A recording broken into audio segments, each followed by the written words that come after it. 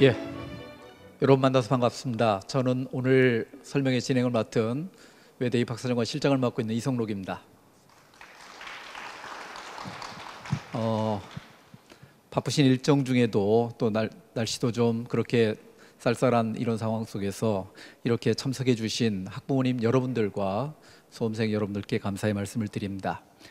오늘 저희 설명회는 저희 외국어 대학에서 정시 모집에서 어떤 특징들을 가지고 모집을 하고 있고, 또 그리고 실제 작년도 합격선들을 통해서 금년도 합격선을 예상해 보는, 그래서 그 상담을 통해서 외대 지원 여부를 생각해 볼 수 있는 이런 기회를 드리기 위해서 이 자리를 마련했습니다. 오늘 내용은 먼저 1부에서는 외대 교육 시스템에 대해서 전반적인 내용에 대해서 설명을 해주시고, 2부에서는 외대 입시 요강에 대해서 설명을 드리는 이런 시간을 마련했습니다. 예, 그럼 먼저 1부 순서로서 외국어 대학교 교육 시스템에 대해서 또 전반적인 특징에 대해서 설명을 드리겠습니다. 외대 입학 처장님이십니다. 유기환 처장님 모시겠습니다.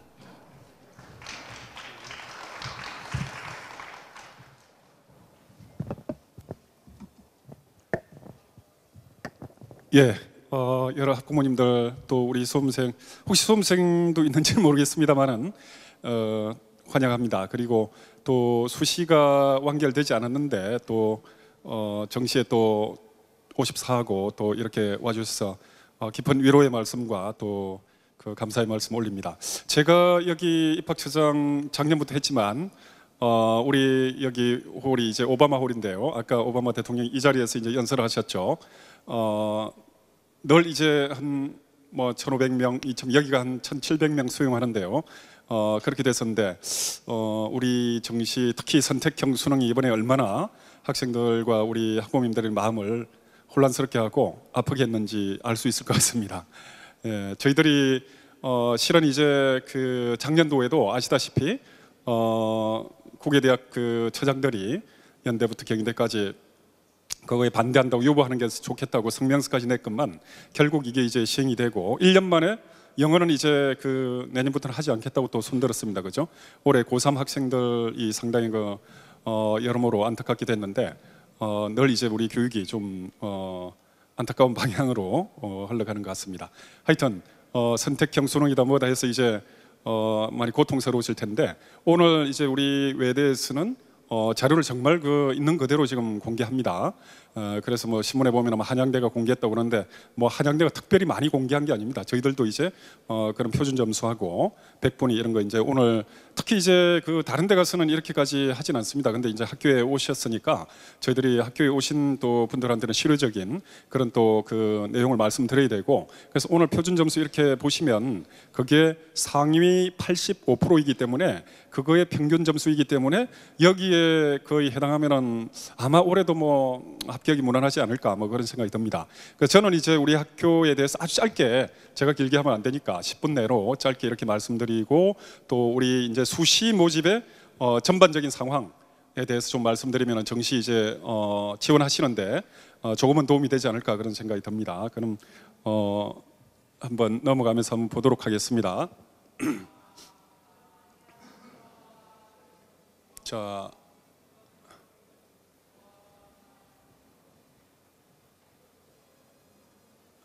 네, 이건 아까 뭐 이제 그 보셨죠, 뭐 오바마 대통령 작년 이제 3월에 여기 오셔가지고 뭐 제가 해야 될 말을 대신 이렇게 Come to this great university라고 말씀해 주셨습니다.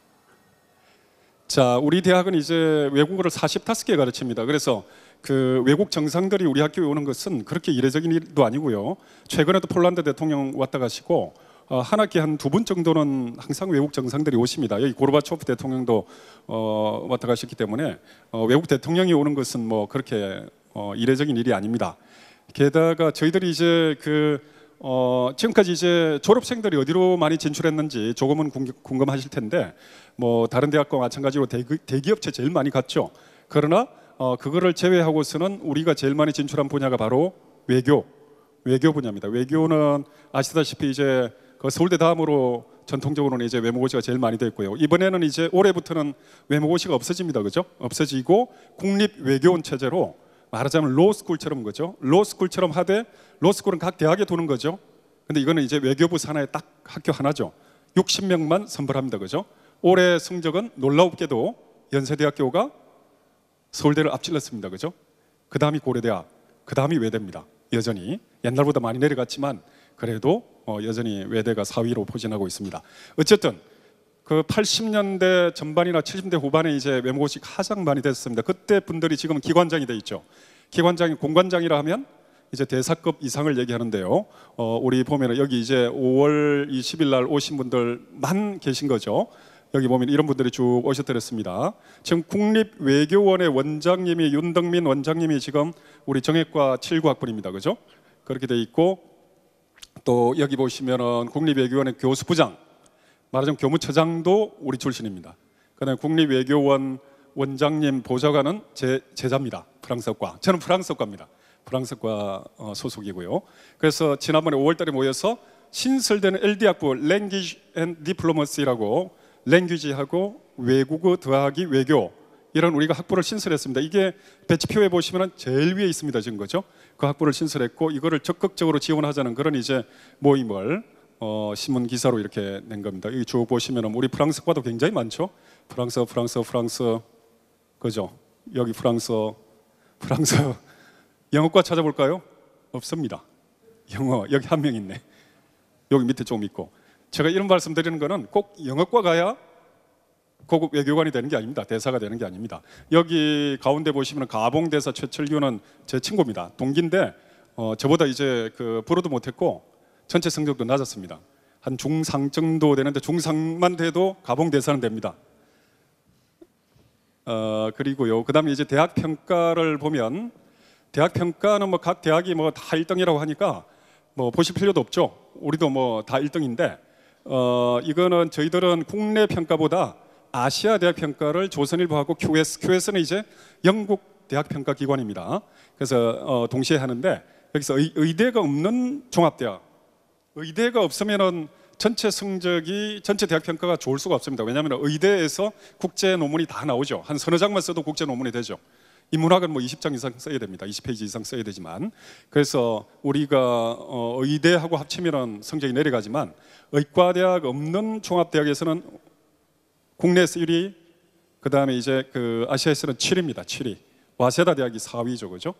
국립대만 사범대 10위. 이런 대학 정말 좋은 대학들이죠, 그죠? 그 다음에 이제 국제화 종합 순위는 우리가 5년 동안 내내 1위입니다. 국내에서는 1위, 아시아에서는 9위 그렇게 되어 있습니다. 그 다음에 이제 해외로 나간 교환 학생, 얼마나 많은 학생이 이제 외국에 나가서 공부하고 있나 이런 지표인데 이게 이제 국내로 들어오는 외국인보다 우리 학생들이 나가는 거죠. 이게 국내에서는 1위고 그죠? 경희대도 요즘 많이 하는데 고려대, 뭐 한양대 이런 대학이 쭉 보입니다, 그죠? 아시아에서는 저희들이 5위 이렇게 돼 있습니다. 국내로 들어오는 것도 뭐 여러분들 외국인 학생들이 국내로 들어오는 학생들은 거의 다 중국 학생이라는 거 아시죠? 그럼에도 불구하고 우리 대학은 이슬람 학생도 있고 시베리아에서 온 학생도 있고 뭐 굉장히 다양합니다. 유럽에서 온 학생도 있고 아프리카도 마찬가지고 그죠? 그래서 5년 연속 1위다, 뭐 45개 언어다, 뭐 이런 거는 넘어가겠습니다. 그다음에 저희들이 이제 그렇게 하다 보니까 84개국 521개 대학하고 협약을 맺고 있습니다. 이거는 뭐 국내 최강 수준입니다.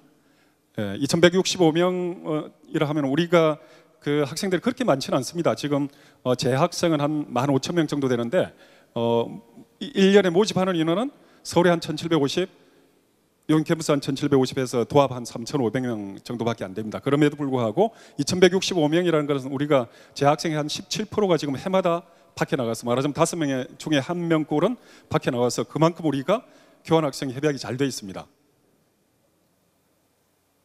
그 다음에 이런 거는 이제 빨리 넘어가겠습니다. 이것만 신개념 오등교육 프로그램, 이게 이제 저희들이 새로 도입한 개념인데요.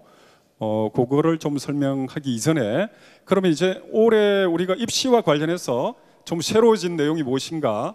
여기 보시면 이제 영어 학부가 아시다시피 영어 통번역이 1위였습니다. 우리 학교 리딩 디파트먼트였는데 영문, 영어학과 이게 다 합쳐져 가지고 영어 학부로 통합적으로 선발합니다. 정시에서. 그러니까 숫자가 굉장히 많아지죠. 많아지고 만약에 자기가 영어 통번역이 이전에는 이과를 들어가려면 어마어마하게 어렵습니다.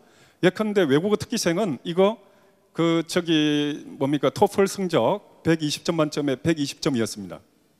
만점자들만 들어오는 학교죠. 학과죠. 그랬는데 지금은 통합해서 이렇게 하기 때문에 들어오기가 훨씬 쉽죠. 들어와서 자기가 이제 그 학점 편집을 영어 통번역에 맞게끔 이렇게 하면은 통번역 대학원에 들어갈 수가 있습니다. 그렇게 이제 학생들이 들어오기가 좀 쉽게, 그러니까 이제 수험생들한테는 좀 유리한 거죠. LD 학부는 조금 있다가 좀 신설했다는 거 말씀드리고요.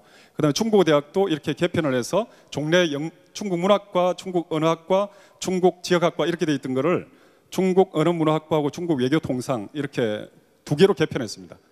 그래서 지원하기는 좀 더 쉬울 것 같고요. 그다음에 이제 중국 외교통상은 여러분들이 이제 중국이 통상이 제일 강한 나라죠. 그래서 상당히 잘 될 걸로 지금 수시도 상당히 좋았습니다. 일본어 대학도 이렇게 개편하고요. 요 그린 색깔로 초록색으로 되어 있는 건 우리 글로벌 캠퍼스, 즉 여기 용인 캠퍼스입니다. 용인 캠퍼스의 국제금융학부는 이제 이전에 경제, 국제경영 이렇게 하던 것을 하나로 통합했기 때문에 정시에서는 좀 더 많은 숫자를 선발하기 때문에 학생들이 들어오고 보면 국제경영 이런 과목들을 더 선호합니다. 그래서 들어와서 그렇게 학점 편집을 자기가 그렇게 하면 되겠다 이런 얘기고요. 그다음에 한국학과를 아주 야심적으로 저희들이 하고 있는데, 한국학과는 한국학을 해서 국내에 있는 게 아니고 외국하고 결합해서 지금 이제 앞으로는 외국 대학에 굉장히 그 한국학과 많이 생길 겁니다. 제가 있는 프랑스 같은 경우도 지금 프랑스 내에서도 많이 생기고 있습니다. 엑상-프로방스 대학이라고 저 남쪽에 이제 아주 관광지로 유명한 데 있죠. 거기도 한국학과가 생기자마자 제 후배가 교수로 갔습니다. 거기 우리 프랑스과 출신이. 하여튼 그런 걸 목표로 하는 그런 학과입니다. 한국학과는 굉장히 글로벌 캠퍼스로서는 이제 좀 강력하게 이렇게 시스템을 띄워볼 그런 생각이 있기 때문에 아직은 점수가 좀 낮을 거예요. 그러니까 지금 들어가는 것도 괜찮을 것 같아요. 네. 자, 그 다음에 이제 여기 오셨으니까 진짜로 또 좀 솔직하게 말씀드리면, 제가 늘 이제 정시 때 그런 작년에도 말씀을 드렸지만 여기 오신 분들한테 이번에도 보니까 수시에서 솔직히 말씀드리면 일본 학부가 나는 왜 그렇게 낮은지 정말 이해를 못하겠어요. 일본 대학은 반드시 올라갈 겁니다. 성적이. 일본이 그런 나라가 아니잖아요, 그렇죠? 근데 지금은 이상하게 최하위권에 있어. 그래서 그냥 하위권 학과 쓸 거라면 일본 대학 한번 생각해 보는 것도 저는 굉장히 좋을 것 같습니다. 정말이에요. 우리 대학만이 아니에요. 하여튼 일본 대지진 이후에 일본 학과가 이상하게 이렇게 자꾸 내려가 있어요. 근데 다시 올라갑니다. 일본이 그렇게 만만한 나라가 아니죠. 옛날이 아니죠. 한 7, 8년, 10년 전만 해도 우리 대학의 리딩 디파트먼트 중에 하나였습니다. 일본어과가. 저는 다시 오리라고 반드시 확신합니다. 그래서 그렇게 한번 주목해 보셔도 좋을 것 같아요. 예. 이거는 여기 안 오시면은 그렇게 말씀을 안 드립니다. 그 다음에 이제 요거는 이제 우리가 정시를, 수시는 아닙니다만은 정시는 광역화로 모집합니다. 말하자면 서양화대학 8개 학과 이전 같으면은 스페인어과, 프랑스어과, 네덜란드어과 이렇게 과별로 하다 보니까 이거를 다 나눠 놓으니까, 동양어도 마찬가지죠. 아랍어과, 이란어과, 몽골어과 하다 보니까 10명도 단위도 있고 15명도 있고 이렇게 되면 이게 떨어지면 바로 재수를 해야 되는데 이 지원하기가 선뜻 안 됩니다. 그죠? 그래서 경론 끝에 교수들이 참 불편한 제도지만 학생들이나 학부모들은 굉장히 선호하는 제도죠. 그래서 광역화로 해서 8개 학과를 157명 한꺼번에 모집합니다. 그러면 지금은 학생 성적이 네덜란드어과나 스칸디나비아어과 갈 성적이라도 일단 들어와서 한 학기 동안 열심히 공부하면 그 성적을 가지고 선발하기 때문에 스페인어과나 프랑스어과 갈 수 있습니다. 예. 여기도 마찬가지죠. 여기도 몽골어과, 이란어과가 좀 하위권이지만 들어와서 아랍어과 갈 수 있죠. 예, 들어와서. 그래서 이거는 수험생들한테 유리한 제도죠. 그래서 저희들이 올해부터 이제 과감하게 이렇게 했고요. 사회과학대학은 2개, 인문대학은 이제 글로벌 캠퍼스 용인 캠퍼스에 있습니다. 다군에 54명 이렇게 해서 아마 정시 지원하기에는 훨씬 수월할 것이다 이렇게 생각이 듭니다. 그다음에 LD 학부는 정말 우리가 지금 사력을 다해서 이렇게 밀고 있고, 아마 대강 아실 겁니다만은 배치표에도 중앙대 글로벌 금융하고 이제 똑같이 이렇게 포진돼 있는데 저는 예전 생각하면 그것도 좀 억울합니다. 억울한데 하여튼 그렇게 돼 있습니다. 요거는 뭐냐면 국립외교원에 보내기 위해서 우리가 가장 잘하는 것이 외국어, 랭귀지하고 디플로머시죠, 그죠? 요거를 이제 합친 LD 학부입니다. 그래서 국립외교원으로 진출하게 하기 위해서 이제는 앞으로 재학 중에 외모고시 합격 이런 말이 있을 수가 없죠. 외모고시 없어졌으니까, 그죠? 4년 졸업하고 대학원처럼 가는 거죠. 그래서 학교에서 잘 가르쳐야 됩니다. 그래서 이거는 정말 우리 연대부터 경희대까지 고교대학 처장들도 외대 딱 맞는 것 같아요. 정말 잘 만들었다고 그렇게 얘기합니다. 저희들도 뭐 아주 자부심을 가지고 있고요. 그래서 여기 들어오면 그걸 목표로 하되, 그걸 목표로 하면 아카데믹한 것도 하지만 실무적인 걸 더 많이 합니다. 그래서 국립외교원이나 어디 관공서 가도 일이 돌아가게끔 이렇게 합니다. 그래서 완전히 다른 교육을 하는 거죠. 완전히 프랑스 그랑제콜식으로 이렇게 지금 교육을 할 그런 생각이고요. 그렇게 해서 지금 교수로 지금 저희들이 이제 접촉하고 있는 분도 여러분들이 말만 하면 알만한 정말 외교 통상 교수본부장 정도는 이렇게 해보려고 지금 접촉 중입니다. 거의 성사 단계에 있긴 있는데, 자, 장학 특전은 아시는 분 아시겠지만 입학 장학금으로서 이제 국소형 100분위 합이 290 이상 되면 4년 전액입니다. LD 학부 외에는 292가 돼야 돼요. 근데 LD 학부만 290 이상. 네.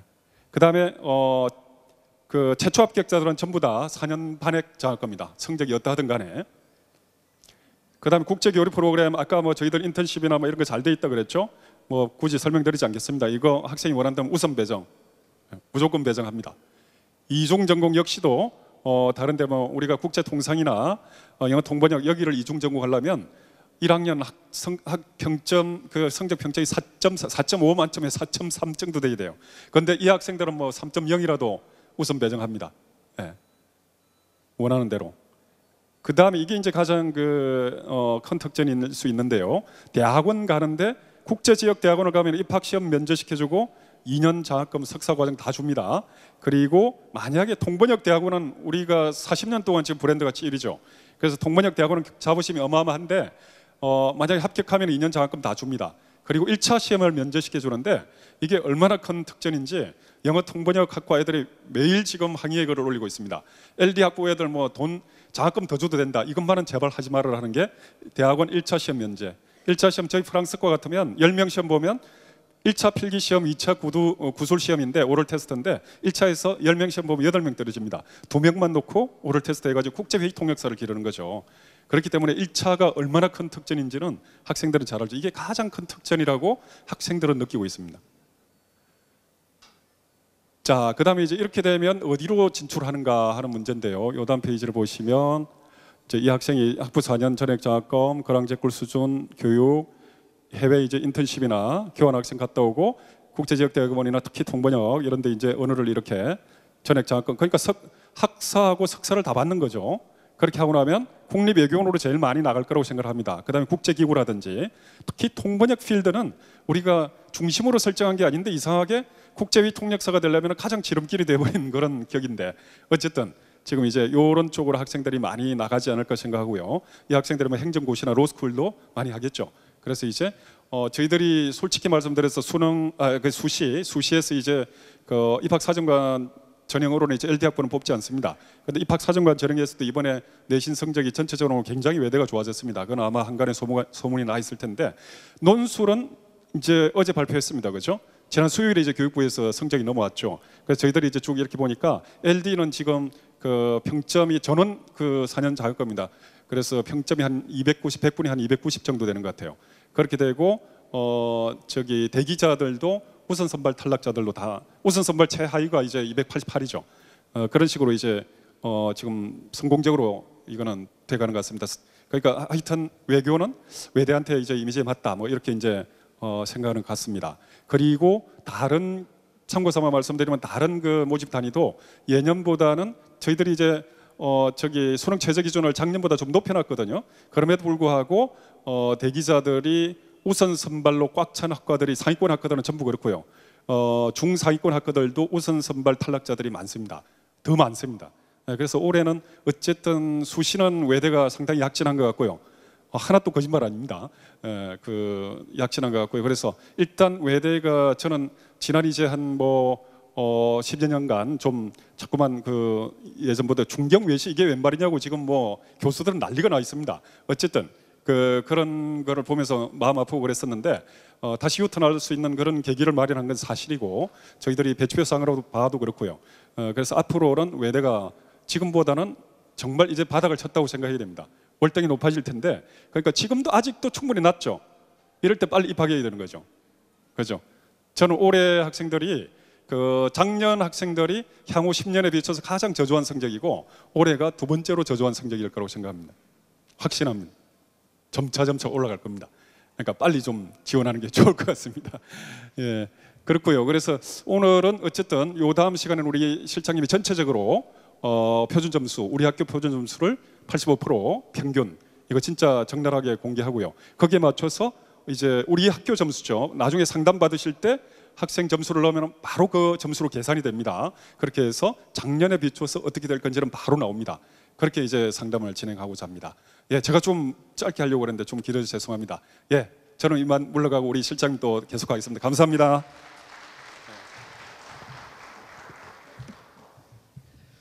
예, 선생님께서 전반적인 내용에 대해서 말씀을 해주셨고요.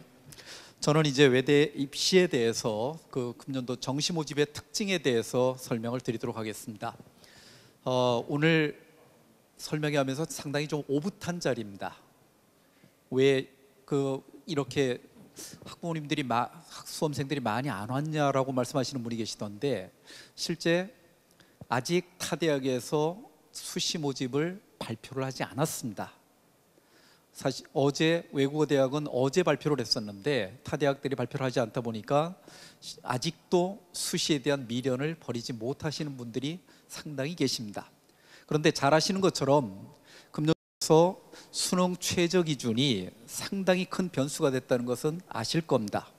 실제 국어 영역에서 BAB를 따졌었을 때 국어 영역에서 작년도 1등급 기준 학생들이 3만 명이었습니다.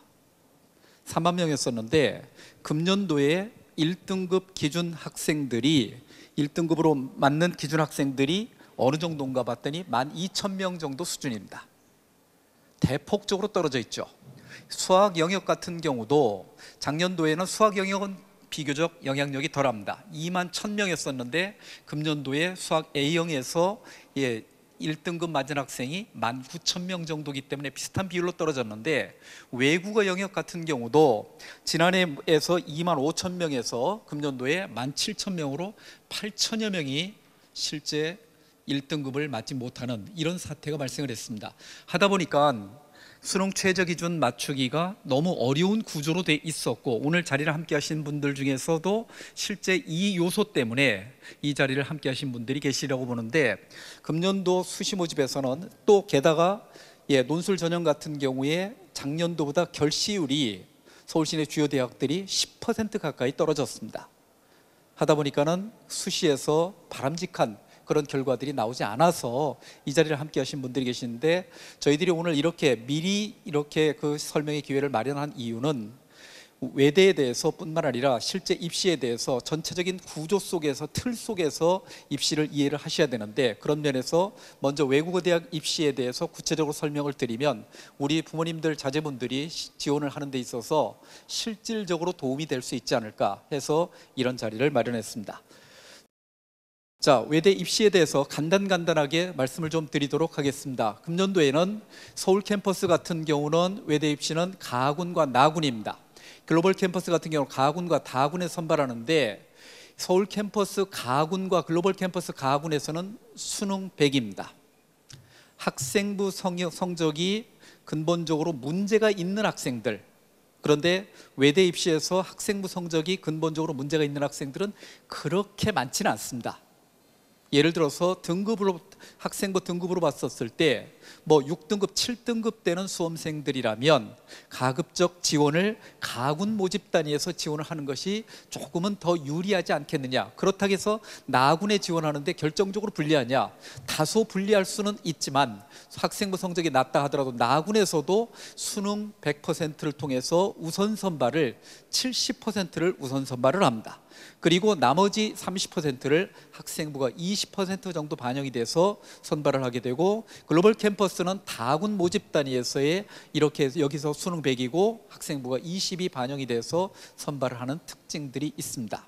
물론 이제 지원을 할 때 모집 단위 지원을 할 때 그 대학에서 주력군이 어느 군에 위치해 있는가 하는 것들도 좀 자세히 보셔야 되는데 외국어 대학교 주력군은 대개 보면 주력군이 있고 파견 부대가 있는데 대략 보면 파견 부대 쪽이 점수가 높은 것이 약간씩이라도 점수가 높은 것이 사실입니다. 근데 외대는 작년도 사례를 보면 가군이 파견 부대고 나군이 주력 부대고 글로벌은 다군이 주력이고 가군이 파견 부대였었는데 실제 점수 편차가 그렇게 크진 않다 하더라도 주력 부대는 서울 캠퍼스는 나군이고 그다음에 글로벌 캠퍼스는 다군이다. 거기에서 지원을 하는 것이 비교적 조금은 좀 더 쉽게 합격할 가능성도 있더라라는 점들도 말씀을 좀 드리고요. 농어촌 전형은 나군에서 수능 100%를 통해서 학생들을 선발하는 특징들을 가지고 있습니다. 서울 캠퍼스에서 가장 크게 달라진 것 중에 하나는 아까 우리 처장님께서도 말씀해 주셨지만은 모집단위 광역화를 통해서 서양어 대학이 157명을 모집단위를 광역화해서 나군에서 선발한다는 특징이 있고 동양어 대학도 모집단위를 광역화했습니다. 작년도 사례를 보면 실제 네덜란드 스칸디나비아라든지 이란어 몽골어라든지 이런 작은 인원이 적은 학과에서는 모집 인원 자체가 여기저기로 수시 모집에서 짜게지게 되고 그다음에 정시 모집에서 또 그다음에 군별로 나뉘어지게 되고 하다 보니까는 모집 인원이 3명 내지 5명을 모집하는 이런 학과들도 작년도에 있었습니다. 우리 부모님들께서 생각해 보시면 3명 뽑는다. 원초적으로 지원을 하기가 어려운 구조로 되어 있다는 건 너무 잘 아실 겁니다.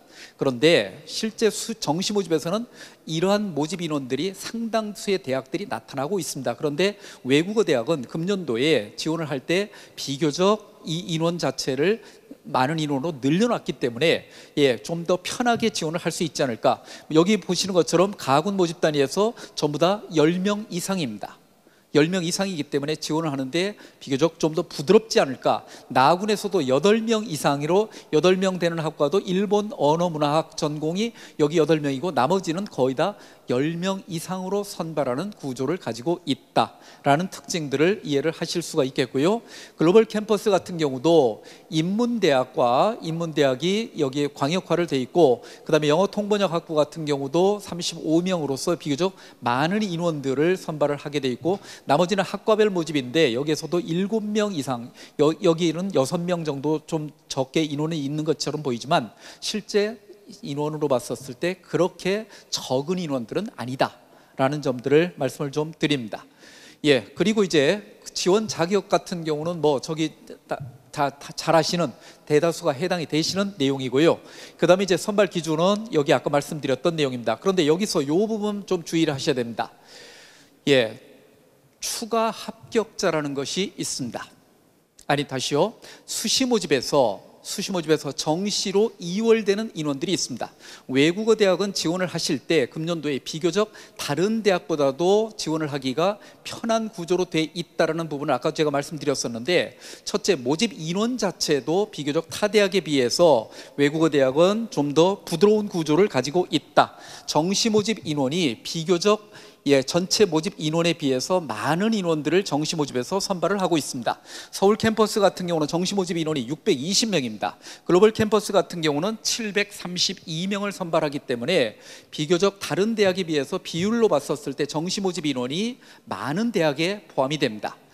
서울대학 같은 경우는 아시는 것처럼 15%밖에 정시 모집에서 뽑지 않기 때문에 지원을 하는 것이 원초적으로 어려운 이런 구조로 돼 있는데 외국어 대학은 상당히 많은 인원들을 뽑고 있고 또 거기에다가 작년도에 보면 수시 모집에서 충원 합격을 다 시키지 못해서 정시 모집으로 이월된 인원이 작년도에 235명이 있었습니다. 물론 금년도에는 이 인원보다는 정시 모집 이월 인원이 좀 줄어들리라고 예상을 하고 있습니다. 왜냐하면 작년도에는 입학사정관 전형에서 추가 합격자를 발표를 하지 않았었는데 금년도에는 입학사정관 전형에서도 1배수에 대해서 추가 합격자를 발표를 하기 때문에 실제 정시 모집으로 이월되는 인원은 작년도보다 줄어드는데 그런데 여기서 이제 좀 주의를 해 두셔야 될 부분이 정시 모집으로 이월될 때 어느 군에다가 배치를 하느냐 하는 부분들입니다. 그런데 외국어 대학은 서울 캠퍼스 같은 경우는 정시 모집 2월 인원을 나군에다가 집중적으로 배치를 하고요. 글로벌 캠퍼스 같은 경우는 다군에다가 주력 부대에다 배치를 하기 때문에 아무래도 나군과 다군에 지원할 때 비교적 좀 더 쉽게 합격 전략을 세우는데 유리하지 않을까라는 생각들을 가지고 있습니다. 자, 그다음에 이제 수능 반영 방법입니다. 잘 아시는 것처럼 실제 영역별 반영 비율이 어떻게 되느냐, 가중치를 여기서 이제 환산을 해야 되는데 이 부분이 가장 중요한 어떤 의미를 지니게 되는데, 그래서 오늘 상담을 해드릴 때 우리 부모님들께서 지금 가지고 계신 자료는 표준 점수, 영역별로 표준 점수만 가지고 있는데 이제 각 대학별로 어떻게 가중치를 부여를 하고 있는가를 좀 더 세심하게 따져야 되는데, 그것들을 가중치를 계산을 해서 아마 작년도 기준으로 봤었을 때 합불 여부를 우리 교직원 선생님들께서 직접적으로 상담을 해드리라고 이렇게 보고 있는데, 그 가중치가 어떻게 반영이 되어 있는 거 아니, 국어 영역이 30%입니다. 인문계 모집단위는요, 국어 영역이 30%고 수학이 25%고 영어가 35%고 탐구가 10% 반영입니다. 하다 보니까 실제 영어 반영 비율이 상대적으로 높게 나타나고 있습니다. 그런데 작년도 대비했었을 때 작년도에는 영어 반영이 40%였는데 이거보다는 약간 줄였습니다.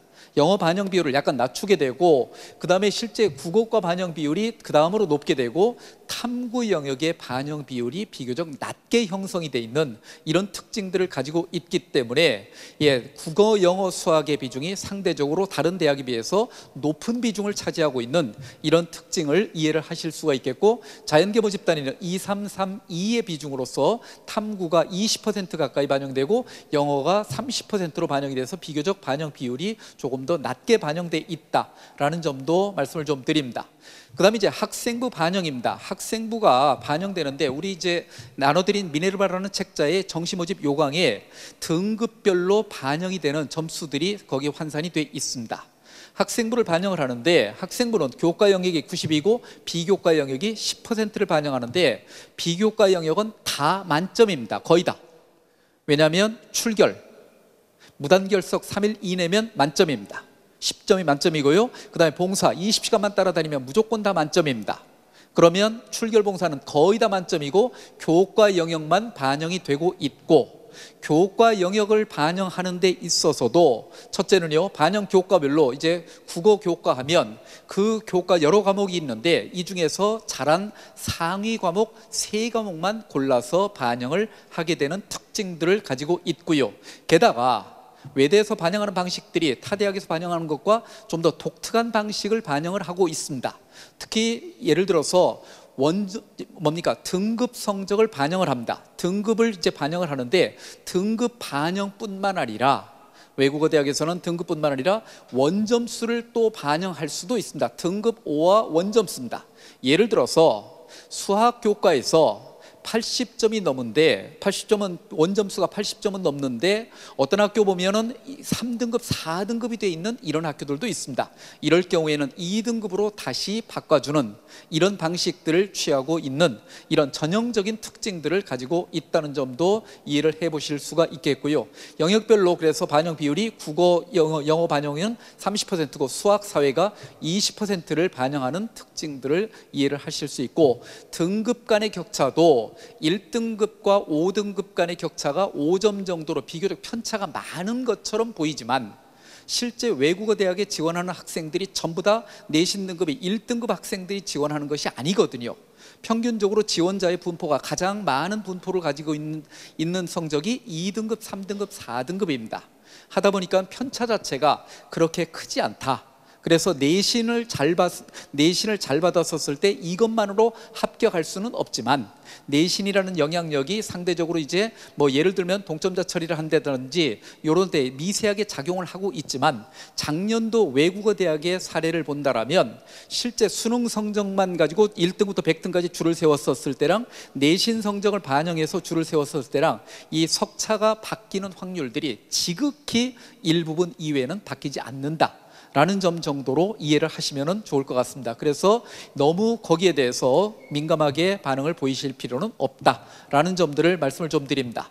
그러면 작년도 이제 모집 결과에 대해서 설명을 드리도록 하겠습니다. 이 결과는 사진 찍지 않으셔도요, 이따가 상담을 하실 때 우리 선생님들께서 이거 찍으셔도 잘 모르실 수 있습니다. 왜냐하면 탐구 영역 같은 경우는 외대에서 반영하는 방식이 국어, 영어, 수학 같은 경우는 표준 점수를 반영하고 또 영역별 가중치를 곱해서 반영을 하게 되고, 그 다음에 탐구 영역은 변환 표준 점수로 전환을 해서 영역 간의 유불리 여부를 좀 더 줄여서 반영을 해서 종합적으로 계산을 한 수치를 가지고 조금 이따가 이제 상담을 해 드릴 겁니다.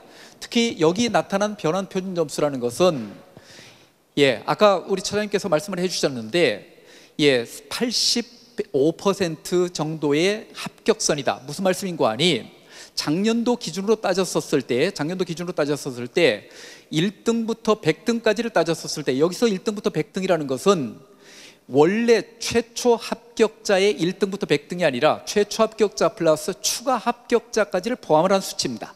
추가 합격자까지 포함을 해서 작년도에 추가 합격자 이제 학과별로 이제 조금 이따 상담을 할 때 다 보여드리는데, 추가 합격자 수치까지를 포함해서 1등부터 100등까지라고 했었을 때 85등 석차를 고려한 부분이고, 또 금년도에 영역별로 반영 점수를 받기가 상당히 어려운 구조로 돼 있죠. BAB의 지원자가 37.9%밖에 안 됩니다. 그 다음에 자연계 같은 경우는 ABB 지원자가 26.9%밖에 되지 않습니다. 실제 인원들이 상당히 적기 때문에 작년도 합격선보다는 조심스럽게 내려가리라는 점을 예상을 해볼 수가 있겠습니다. 이런 점들을 아울러 고려해서 저희들이 수치화한 이런 데이터이기 때문에 조금 이따 이제 상담을 하시면서 이런 부분들에 대해서 직접적으로 따져보시면서 판단을 해보시면 좋을 것 같고요. 그 다음에 이제 단지 여기에서 이제 저희들이 조심스럽게 또 반영이 돼야 될 부분이 있습니다. 뭔가니 정시 모집으로 이월되는 인원들이, 수시 모집에서 이월되는 인원들이 얼마인가 하는 부분들에 대해서도 배려를 해야 되는데, 이 부분까지는 구체적으로 지금 몇 명이 이월될 건지에 대해서 배려를 못했기 때문에 그것은 이제 12월 10일 정도인가요? 그때 정도 되면은 추가 합격자 발표를 또 합니다. 추합 등록을 받게 되는데 그 이후에는 약간 조정도 가능한데, 그런 데이터에 대해서는 저희들이 또 계속적으로 상담을 해드릴 겁니다. 상담을 해드릴 테니까는 외대 입학처를 직접 찾아오시면은 저희 상담실이 이제 마련이 돼가지고 구체적으로 상담을 해드릴 테니까는 그때 이후에 다시 한번 상담을 해두시면은 좀 더 유익한 자료들을 얻을 수 있으리라고 생각이 되고, 현재까지 나타난 어쨌든 이런 변환 표준 점수로 봤었을 때 현재까지 나타난 표준 점수입니다. 영어 학부 같은 경우는 외대 점수로 봤었을 때 가군 모집 단위가 약간 나군보다는 높게 나타나 있는데 점수 편차가 그렇게 크지 않습니다. 그렇게 크지 않기 때문에 아까 나군이 지원하는 것이 좀 더 모집 인원도 많이 있고 좀 더 유리한 구조로 돼 있다라는 점들도 말씀을 드렸었는데, 나군 모집 단위가 비교적 조금은 낮게 형성이 돼 있지만 점수 편차는 크지 않다. 그 다음에 이제 서양어 대학이, 여기 서양어 대학 같은 경우는 리딩 학과가 스페인어과라든지 프랑스어과라든지 노어과라든지 이런 학과가 리딩 학과로 돼 있는데 실제 542.97 정도로 돼 있고, 그 다음에 이제 모집 인원이 비교적 많이 돼 있다. 물론 이제 우리가 지원을 할 때 또 고려해야 될 내용 중에 하나가 경쟁률이라는 변수가 또 생깁니다. 작년도 모집 인원에서 경쟁률 변수를 보면 작년도 외대는 항상 지원자의 트렌드로 봤었을 때 슬로우 스타터입니다. 모집 학생들이 지원을 할 때 첫날부터 집중적으로 지원하는 사례가 그렇게 많지 않습니다. 작년도 지원 사례를 봤었을 때 작년도에 예를 들어서 모집단이 나군 같은 경우에 작년도에 최종일 전날 마감 하루 전날 12시 현재 평균 경쟁률이 0.97대 1입니다. 하다 보니까는 작년도에 이 트렌드가 이게 어떤 양상으로 드러나는가 하는 것들이 상당히 초미의 관심사였었는데, 예를 들어서 금년도에도 모집 전날 경쟁률이 그렇게 타 대학에 비해서 높지 않았었을 때 나타나는 전형적인 트렌드는 어떤 트렌드가 나타나는 거 아니, 당일날 보면 실제 최하위권 학과에서는 경쟁률이 집중적으로 올라가게 됩니다. 왜냐하면 우리 학생들이 이제 사설 배치 기준표를 보고 이제 원서를 쓰는 학생들이 많이 있는데, 사설 배치 기준표가 얼마나 위험하다는 것은 잘 알고 계시리라고 봅니다. 사설 배치 기준표는 영역별로 1대1로 계산한 배치 기준표입니다. 거기에다가 실제 여러 가지 변수들을 고려를 못하는 부분들이 너무 많이 있기 때문에 각 대학에 오셔서 직접적으로 상담하는 것이 훨씬 더 유익한 구조로 되어 있다는 것은 아실 텐데, 실질적으로 작년도의 사례로 봤었을 때 배치 기준표에서 성적이 낮은 분포를 가지고 있는 대학들에 집중적으로 학생들이 지원을 하게 됩니다. 하다 보니까는 경쟁률이 마감 전날 경쟁률이 엇비슷하게 나타나면 최하위권 학과의 경쟁률은 거의 폭발을 한다. 그리고 마감 전날, 하루 전날 경쟁률이 낮았었을 때 최고 인기 학과의 경쟁률 같은 경우도 상당히 높게 올라갈 가능성들도 있고, 하다 보니까는 최상위권 학과보다는 약간 낮은 학과들 상대적으로 경쟁률이 낮게 형성이 될 가능성이 있고요. 최하위권 학과보다도 약간 높은 학과의 경쟁률, 여기가 조금은 낮게 형성될 가능성이 있고, 경쟁률 변수는 시험 합격선에 직접적인 영향력을 가할 수가 있다라는 점들도 참고로 말씀을 좀 드립니다. 또 경쟁률 변수에서 또 그다음에 우리가 지원을 할 때 주의를 해야 될 부분 중에 하나가, 모집 인원이 광역화돼서 모집 인원이 많았었을 때는 상대적으로 추가 합격자도 합격할 인원이 상대적으로 많이 있기 때문에 이런 학과들 지원했었을 때 비교적 무난하게 합격을 할 수 있는 이런 안정 지원을 할 때 이런 학과, 또 소신 지원할 때도 이런 학과에 지원하는 것이 훨씬 더 유익한 구조가 아닌가라는 생각을 가져봅니다. 동양어 대학은 서양어 대학보다는 상대적으로 떨어져 있습니다. 작년도에 몽골어과 같은 경우는 최고 거의 높은 과 중에 경쟁률이 높은 과 중에 하나였었습니다. 합격선은 낮게 형성이 되어 있지만 경쟁률은 대단히 높게 형성이 되어 있었던 이런 학과였었는데, 금년도에는 합격선들이 중위권보다 약간 높게 형성이 될 가능성이 있다는 점도 예상을 해볼 수 있겠고요. 그 다음에 이제 사회과학 계열에서 정외과라든지 행정학과, 정외과 같은 경우는 수시 모집에서 선호도가 상당히 높게 나타났었던 이런 학과입니다. 합격선이 여기도 광역화를 통해서 하군에 12명, 나군에 20명인데 여기에는 나군 모집 단위가 비교적 합격선들이 높게 형성이 돼 있다라는 점들도 특징으로서 이해를 해보실 수가 있겠습니다. 그 다음에 중국어 대학입니다. 중국어 대학은 10명인데 여기에서는 어떻게 중국 언어문화학부와 외교통상학부인데, 아무래도 외교통상학부에 대한 학생들의 니즈가 훨씬 더 많을 것 같습니다. 선호도가 외교통상학부가 조금 더 높을 가능성이 있고요. 일본어 대학도 아까 처장님께서 말씀해 주셨는데 상대적으로 지금 합격선들이 낮게 형성이 되어 있습니다. 합격선들이 낮게 형성이 되는데 융합 일본 지역학부가 비교적 조금은 더 높게 형성이 될 가능성도 있다.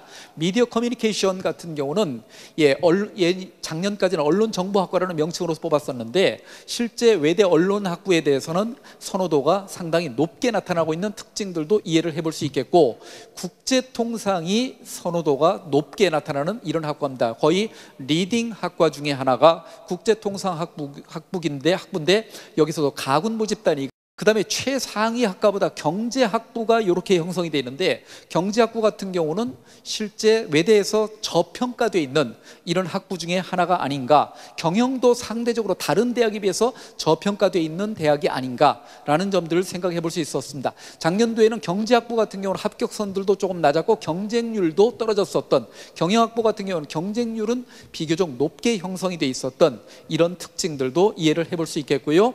영어교육과와 한국 한국어 교육과는 선호도가 비교적 높은 데 비해서 독일어 교육과와 그 다음에 프랑스어 교육과는 작년도에 합격선들은 낮게 형성이 돼 있었습니다. 독일어 교육과 같은 경우는 경쟁률은 타 학과에 비해서, 사범대학에서 타 학과에 비해서 비교적 높게 형성돼 있던 이런 특징들이 가지고 있고요.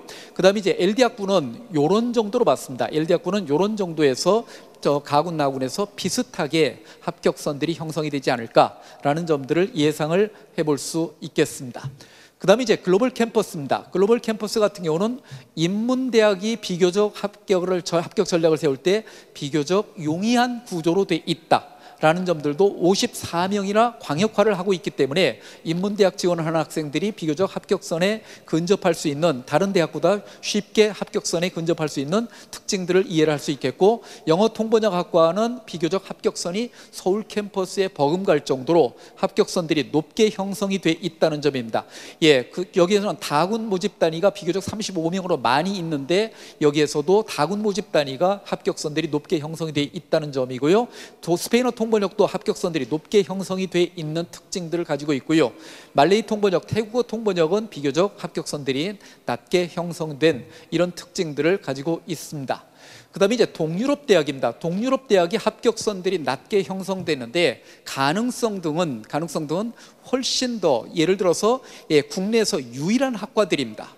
성적이 좀 낮을 때 여기 지원했었을 때 입학한 성적에 비해서 졸업을 했었을 때 취업률이라든지 이런 면에서는 훨씬 더 유익한 구조를 가지고 있는 특징들이 있는데 경쟁률 추이를 잘 보셔야 됩니다. 경쟁률 추이를 잘 보셔야 되는데 세르비아, 크로아티아라든지 우크라이나 학과 같은 경우가 비교적 낮게 형성되는데 경쟁률이 높게 형성이 되면 합격선들은 상대적으로 오를 가능성이 있다라는 점도 염두에 두실 필요가 있다는 점 이고요. 그리스, 불가리아라든지 인도과라든지 그 다음에 아프리카 학과 같은 경우는 최하 합격선보다는 약간 높게 형성이 돼 있지만 실제 경쟁률은 그렇게까지 작년도 사례로 보면 높게 나타나지 않는 전형적인 특징들도 이해를 해볼 수 있겠고요.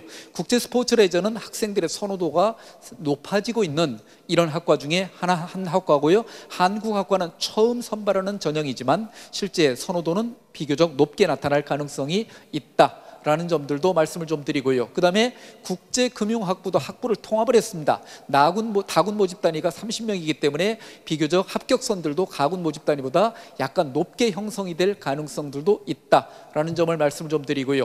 그 다음에 이제 자연과학대학입니다. 자연과학대학 이과에서도 이렇게 돼 있는데 여기서 통계학과라든지 생명공학 같은 경우는 선호도가 상당히 높게 나타나고 있는 전형적인 특징들을 가지고 있고, 컴퓨터라든지 정보통신 비교적 조금 낮게 형성이 돼 있는 이런 전형적인 특징들을 이해를 하실 수가 있겠습니다. 여기까지가 오늘 저희들이 설명드릴 내용이고요. 지금부터는 이제 좀 각 방별로 이제 안내를 해드리겠습니다. 1관부터 나가시면 1관부터 5관은 저쪽에 왼쪽으로 출입구로 통해서 나가시면은 그쪽에서 이제 상담을 해드릴 거고요. 꼭 우리 학부모님께서 신청하신 시간이 아니라 하더라도 실제 오늘 참석하지 않으신 분들이 어느 정도 계시기 때문에 이분들 순서에 따라서 좀 시간이 땡겨서 그 상담을 해드릴 가능성이 있기 때문에 그 앞에서 좀 대기를 해주시면 되겠다라는 점을 말씀을 좀 드립니다. 모쪼록 어쨌든 좀 훌륭한 지원 전략을 가지고 지원을 해서 금년도에 입시해서 좋은 결과 가지시길 바라면서 저 말씀 여기서 마치도록 하겠습니다. 고맙습니다.